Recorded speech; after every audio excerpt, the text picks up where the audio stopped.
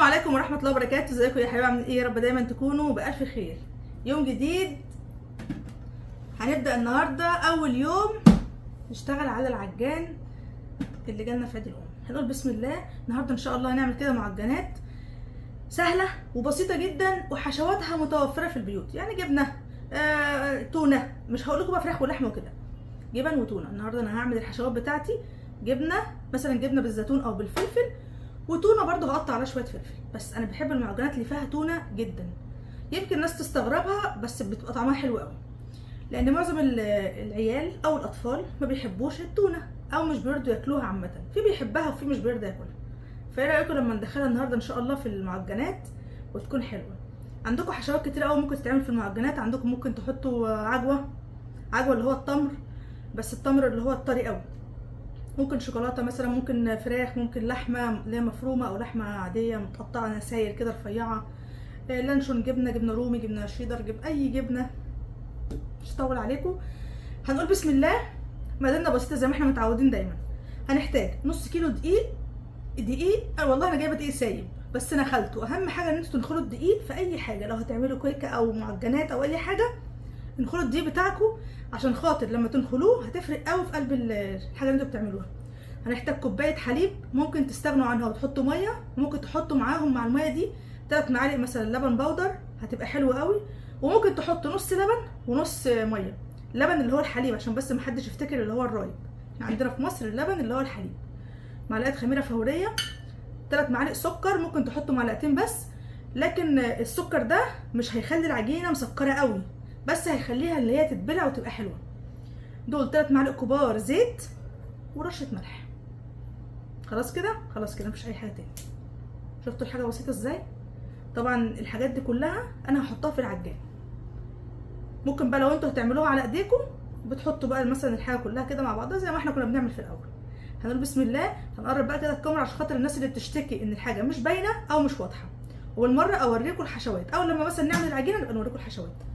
شوف بس كده اللزقه الاول دي. طبعا انا ما شغلتش معاكم العجان ده قبل كده، بس هو حجمه كبير، يعني الحله بتاعته يمكن ما شفتهاش المره اللي فاتت لما انا كنت بصور. الحله بتاعته كبيره جدا اهي، بس انا قلت هعمل نص كيلو دي بس. هنقول كده في الاول بسم الله. طبعا الحليب بتاعنا لازم يكون دافي. بسم الله الرحمن الرحيم. انا حطيت كوبايه، حطيت معاها السكر وادي الخميره. بسم الله الرحمن الرحيم. طبعا لو هتحطوا الحليب البودر بتحطوه على طول مع الميه. بسم الله الرحمن الرحيم. نديهم بس تقلبتين 3 كده، وبعد كده بقى نكمل.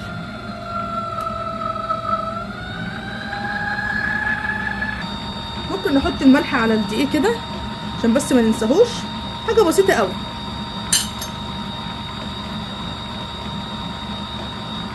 بس كده. بسم الله الرحمن الرحيم.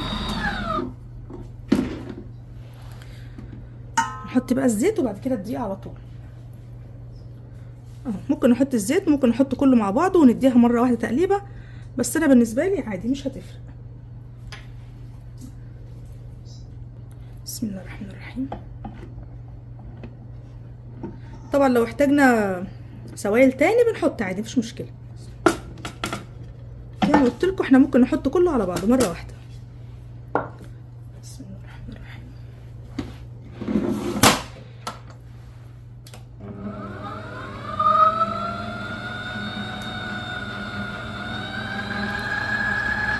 نخليه بقى لحد ما العجينه تتلم مع الدقيق بقى، مع الحليب، مع الحاجات كلها تتلم مع بعضها كده وتعمل لنا عجينه متماسكه وحلوه.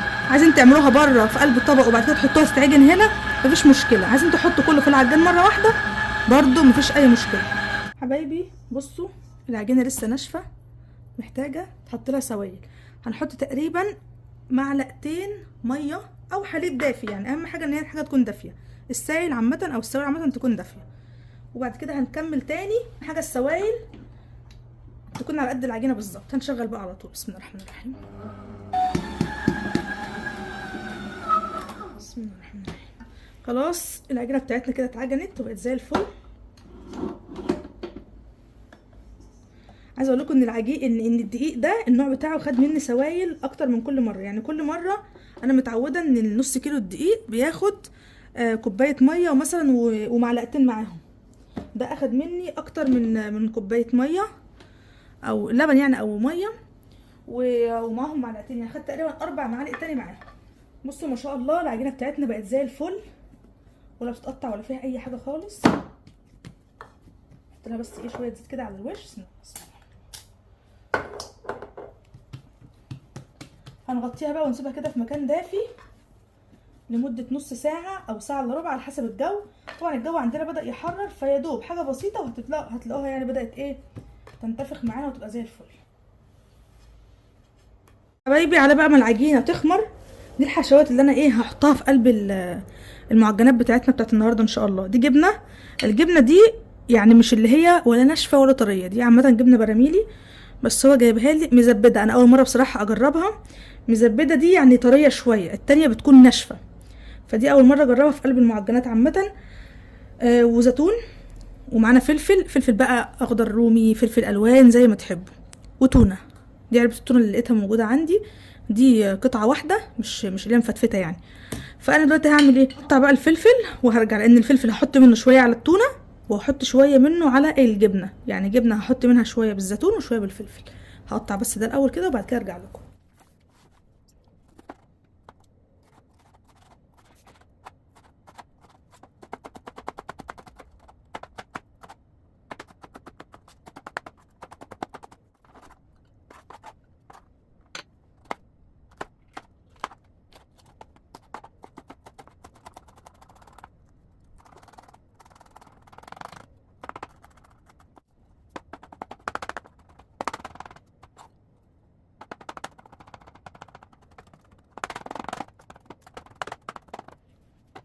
قطعت الفلفل هنا والزيتون برضو قطعته. بسم الله الرحمن الرحيم. وادي التونه، طبعا انا دلقت الزيت اللي بيكون موجود فيها، خليه بس حاجه بسيطه جدا عشان ما تبقاش ناشفه.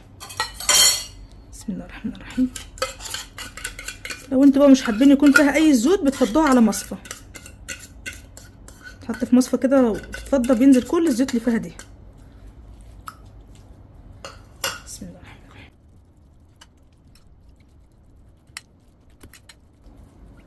فتفتها بس كده الاول قبل ما احط عليها فلفل، عشان خاطر الفلفل ما يتفتفتش هو كمان. بسم الله الرحمن الرحيم. وبرده الحشوات دي زي ما قلت لكم بتبقى حسب الرغبه، بس انا متاكده ان حشوه التونه دي هتعجبكم جدا وهتعجب اولادكم. عايزين تقطعوا معاها بصلايه صغيره براحتكم، بس عشان خاطر البصل ما يعملش ريحه يعني وكده فبلاش.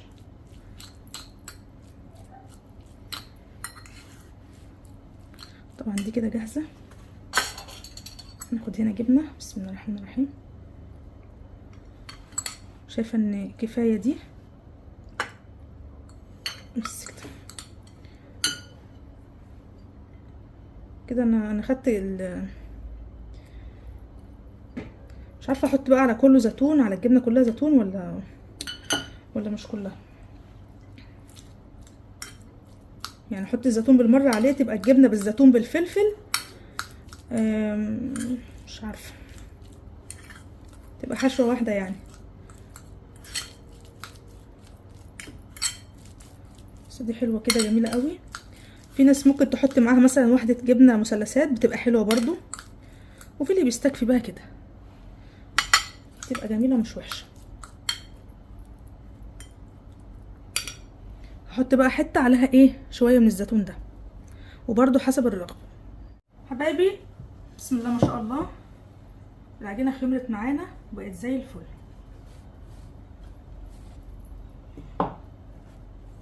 بصوا طبعا انا دلوقتي عايزه ان انا اقطعها كور صغيره، اللي هو الحجم المتوسط، اللي هو ولا كبيره ولا صغيره، او على حسب الحجم اللي انتوا عايزينه. فاحنا مش عايزين نعملها ولا صغيره ولا كبيره. هنعمل ايه، اقطع كده احجام بالحجم ده كده. هي كده اصلا لما بتتخمر تاني حجمها بايه بيتضاعف تاني.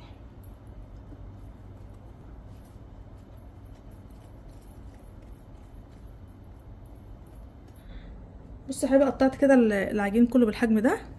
ده هيبقى حجم القرص عامه. هسيبها بس 5 دقايق كده ترتاح. كل ما العجينه بترتاح اكتر كل ما بتيجوا تفردوها بيكون سهل، لان هي ما بتكونش لسه يعني تقيله، بتكون خفيفه وحلوه. هنيجي بعد كده بقى هنفردها عشان نحشيها ونحطها في الفرن. طبعا زي ما قلت لكم انا مولعه الفرن. طبعا الصاج انا هحط فيه بس كده زيت بسيط جدا عشان الحاجه ما تلزقش فيه.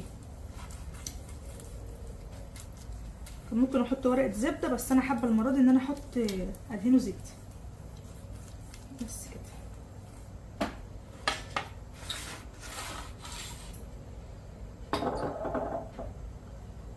بسم الله الرحمن الرحيم. واحده اهي.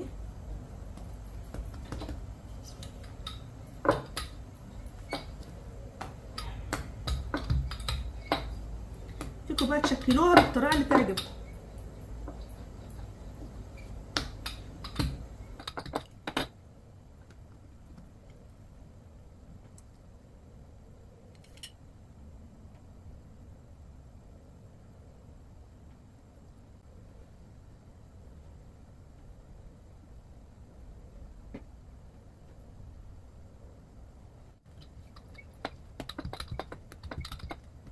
طبعا دي يا جماعه حجمها كبير مش صغير.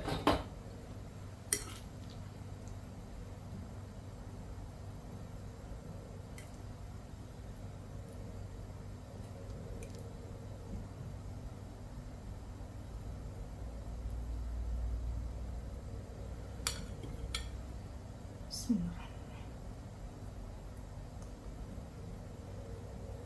بصوا سهله ازاي في التشكيل بتاعها.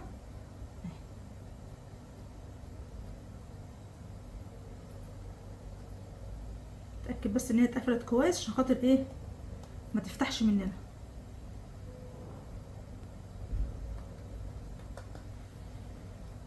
بسم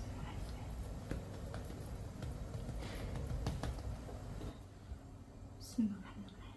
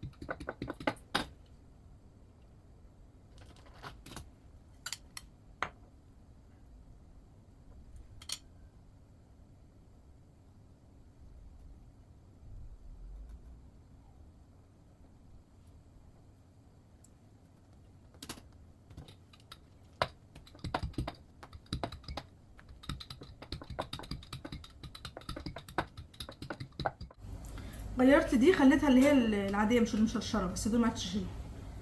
بسم الله الرحمن الرحيم.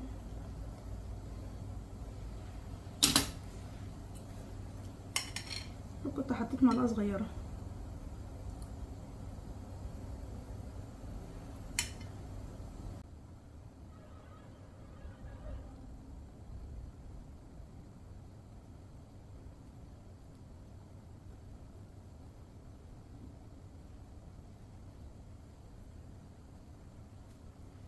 حبايبي انا خلصت كده الصاج ده، هغطيه وهسيبه لحد ما ما اكمل باقي الصاج التاني. وطبعا ما ننساش ان الفرن بتاعنا متولع. هنرجع بعد كده عشان اقول لكم هنعمل ايه قبل ما ندخله الفرن.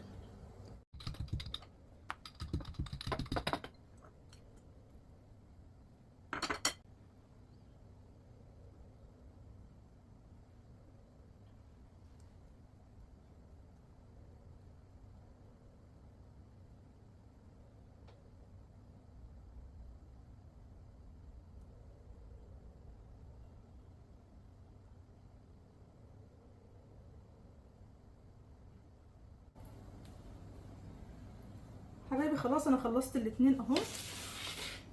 دي الكميه اللي طلعت من نص كيلو. دي صفار بيضه، هحط عليها حبه ملح بسيط جدا. طبعا بما ان احنا الحشوه اللي احنا هنعملها حادقه، هحط شويه فلفل اسمر عشان خاطر الزفاره. لو مسكره بتحطوا فانيليا، ممكن تحطوا نسكافيه، دي حاجه بسيطه قوي من المعالق الصغيره دي. شويه ايه ميه او حليب، ادي شويه ميه اهي بس كده.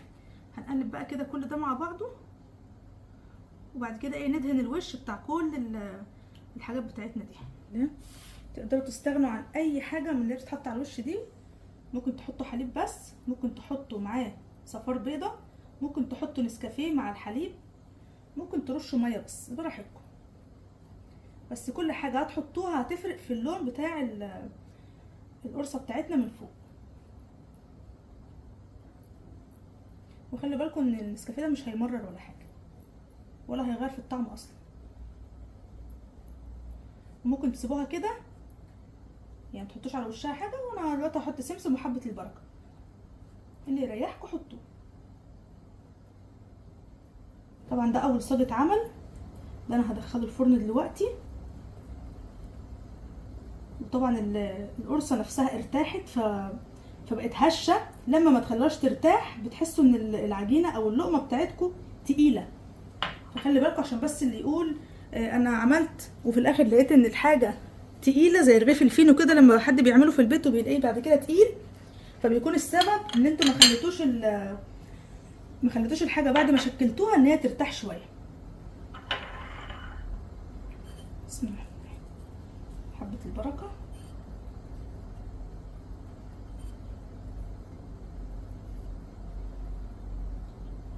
وسمسم. ممكن ما تحطوش اي حاجه زي ما قلت لكم. دي حبه البركه على سمسم بس.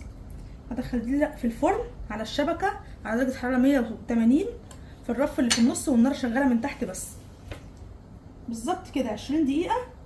وهنتابعها لانها اتحمرت من تحت والوش بتاعنا لسه ما اتحمرش. ممكن نشغله شوايه لانه اتحمر خلاص، مش محتاجه ان احنا نشغله شوايه ولا اي حاجه. ادخلها بقى الفرن وارجع لكم. على ما ادخلها الفرن هسيب دي ترتاح برده زي ما سبت الاولانيه بس كده.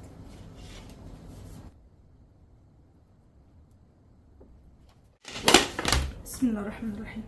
طبعا انا طلعتهم من الفرن دلوقتي. بسم الله الرحمن الرحيم.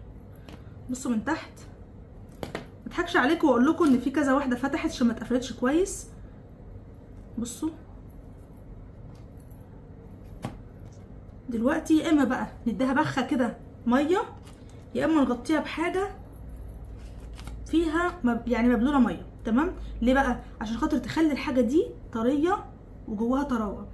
لو انتوا اديتوها بخه تحطوا عليها مثلا فوطه ناشفه. دلوقتي مثلا انا بليت الفوطه دي احطها كده 5 دقايق بالظبط، وهرجع لها عشان اوريها لكم عامله ازاي، وافتح لكم واحده واوريكم عامله ازاي من جوه. عايزه اقول لكم ان انا مصوره الفيديو ده الساعه 2 بالليل. البنات صحيت دلوقتي على الريحه بيقولوا لي احنا عايزين ننام بس عايزين ندوق. فعلى ما يفوقوا كده بصوا بدات تترين 5 بس بالظبط وهنرجع لكم. الرحمن الرحيم. سيبناها 5 دقايق. بصوا بقى، بصوا من تحت، بصوا ما شاء الله. البنات بقول لهم مين فيكم جاهز. طبعا دي اللي فيها التونه، هفضيه من الصاج ده عشان لسه سخن وارجع لكم احسن. احلى حاجه ان هي ما لزقتش، بس خلي بالك عشان خاطر الجبنه لما بتطلع منها بتخلي تحتها تتحرق كده زي كده. دي لسه ناشفه.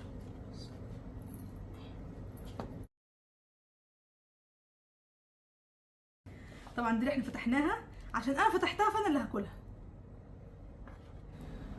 الله الله على ريحه الخبيز في البيت. بصوا بصوا ما شاء الله. الواحد بعد ما بيتعب في الحاجه ويجي يدوقها بيحس ان هو مبسوط جدا وعمل انجاز. طبعا دي اللي فيها تونه. تيجي تدوقي؟ يا ريت. تدوقي ايه؟ انا عايزه اجرب بالتونه عشان بحبها. بالتونه؟ بص هو كله دخل في بعض، فانت خدي اللي احنا فتحناه قولي رايك.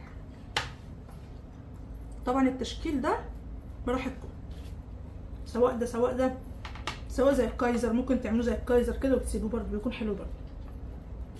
والتونه مش حادقه خالص. خالص. ايه رايك؟ جامد قوي في ايدك. يعني التونه حلوه في المعجنات ولا مش قد كده؟ لا حلوة، بحبها اصلا في المعجنات. تدوقي بقى حاجه حادقه. امم ماشي، دي تونه. بصوا اختك ده اختك. طب والله قلت تبقى حادقه حلوه قوي. جاي جربي. ده جري انت صحيتيها دي اصلا. هو انا صحتك حرام عليك والله، انت بتظلمي في البيت ده. هي كانت نايمه. لوحدها والله. والله العظيم ما صحيت. يبقى ليه؟ عايز تونه ولا جبنه؟ معرفش اني احلى. تونه ولا معرفش اني جبنه؟ احلى. دوقي التونه. الجبنة جامدة قوي. بصي الجبنة. بصوا خلاص بصوا. هتجيب. دوقي دوقي بس كده.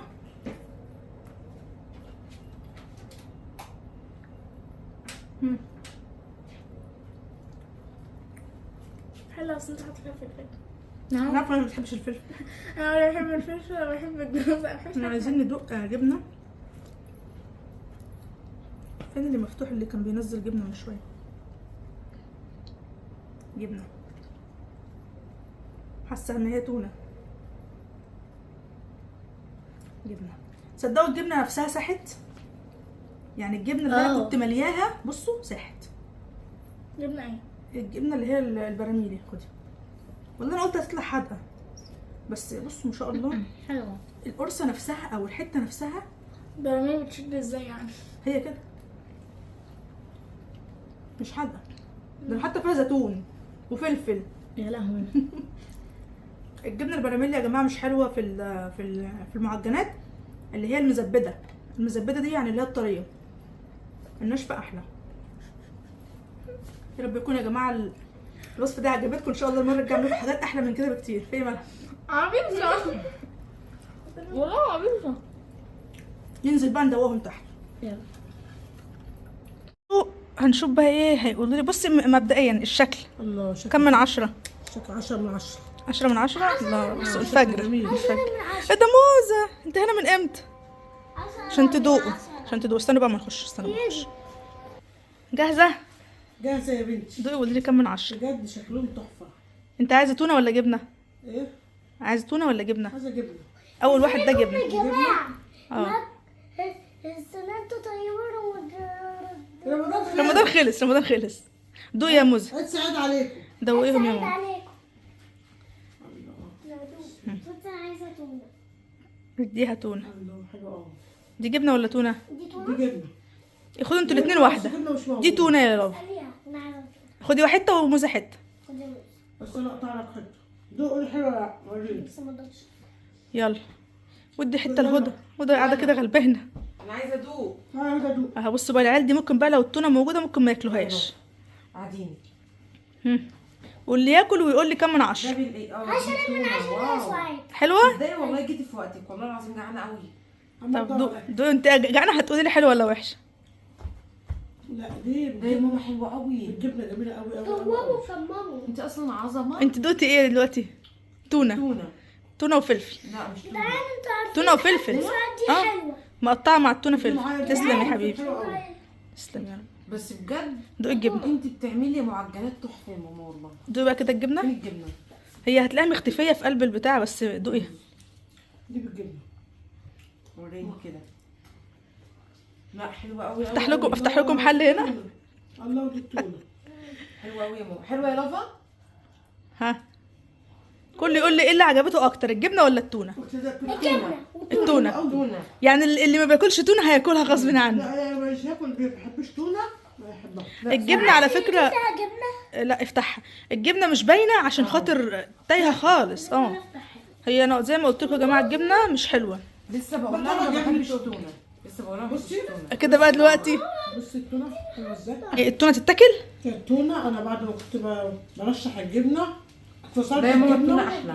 ودخلت على التونه، التونه تحفه. طب عايزين تجربوا معجنات ايه ونعملها لكم بكره؟ ماما والله انا حاسه ان انا باكل جبنه. يا بنتي لا، دي زيتون. تونه. لا ما فيهاش تون، لا دي لا. انت بتحب التونه؟ الزيتون مع الجبنه. ايه ده؟ انا مش حاطه مع التونه زيتون. انا باكل جبنه. جبنه.